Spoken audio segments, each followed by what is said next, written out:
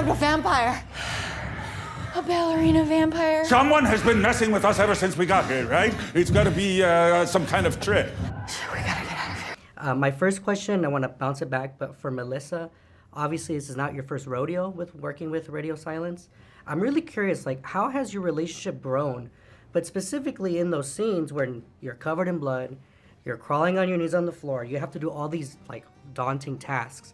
How is that dynamic like on set where you feel comfortable to achieve, these tasks? It's just so easy to feel comfortable with Matt and Tyler. I think that's their specialty. They create the best environment on set for everyone. Everyone feels safe, everyone feels important, everyone feels like this is their movie, and it feels like truly a team effort. And I think that's why I love working with them so much, besides them being so talented at what they do. But they just love the messiness of it all. And I love that too. So whenever we get to those kinds of scenes, we really just have a blast. And they're like, what if I slip? What if I'm running and I slip and I fall? And they're like, yes, do it, So it's all like yes and with them. And they, like, if you have a suggestion about something in the scene, they'll try and make it work for the camera, Like, they'll be like, all right, the camera was supposed to be here, but you want to do that, so let's move it. So it's always working with us to get the best version of the scene and to make it as fun and as, like, gory and, like, nerve-wracking as possible. And jumping to you, Alisha, because this is your first time working with them, I'm really curious, like, what was it in creating this vampire villain? What made you feel the most powerful? Because everyone else on set, they're below you. They're all weak and they're all, insecure and trapped in their own heads. But you're like the mastermind pulling the strings. What was it? Was it the makeup? Was it the teeth?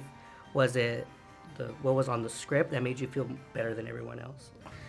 I think, like you said, it definitely helps. I mean, being in the costume and the tutu and having the teeth on, especially the teeth, really made me feel like Abigail, especially when she was, snarling and growling, and when she reveals herself, that really, really made me feel like Abigail with the teeth on, and the contacts as well, because I really felt like Abigail because I looked completely different. I looked different to, what I look like every day. So I think that really helped me get into the character as well. But everything about her, I loved loads of her lines when she's in the cage as well. I just thought she's such an amazing character and I couldn't wait to play her. So since we've been talking about the messiness of the movie, both of you guys get so many things stabbed through you. People explode in this movie without giving too much away. What was like your favorite practical effect that you guys got to work with hands-on, if you have any?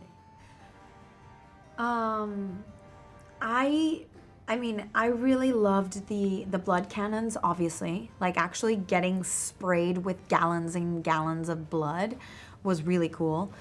The stake that I get, put through me was also really cool because there were like different, versions of it. The one that is the one that goes in, the one that I'm stuck in the wall in, that's a different one. Like, there were so many, like, cool contraptions built to make everything feel as real as possible.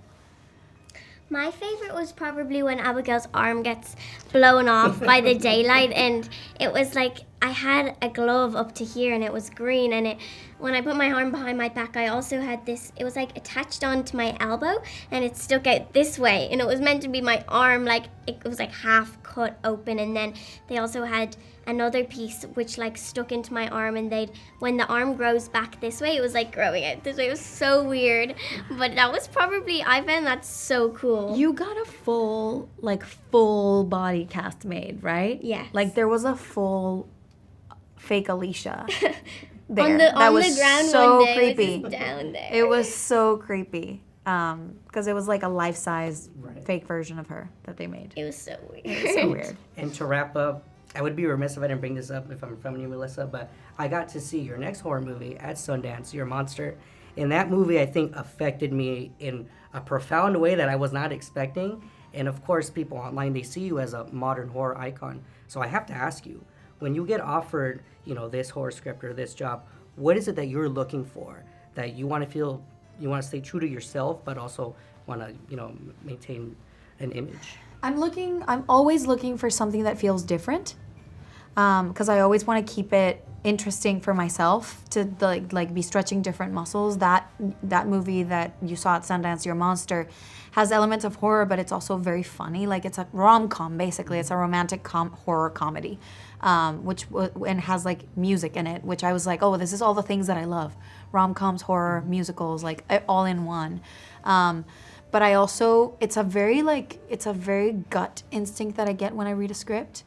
It's either like, do I feel it or not?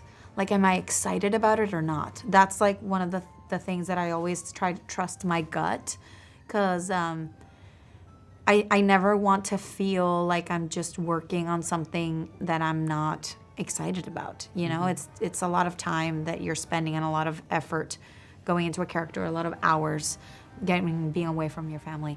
So I think it's, to me, is like if I read a script and I either get very excited about playing a character or very excited about the script as a whole, that it feels like something very original or very, different than what I've done before, it's kind of just trusting my gut. It has nothing to do with the genre. I'm like open to whatever it is, but if the script like calls to me, that's what'll make me want to do it.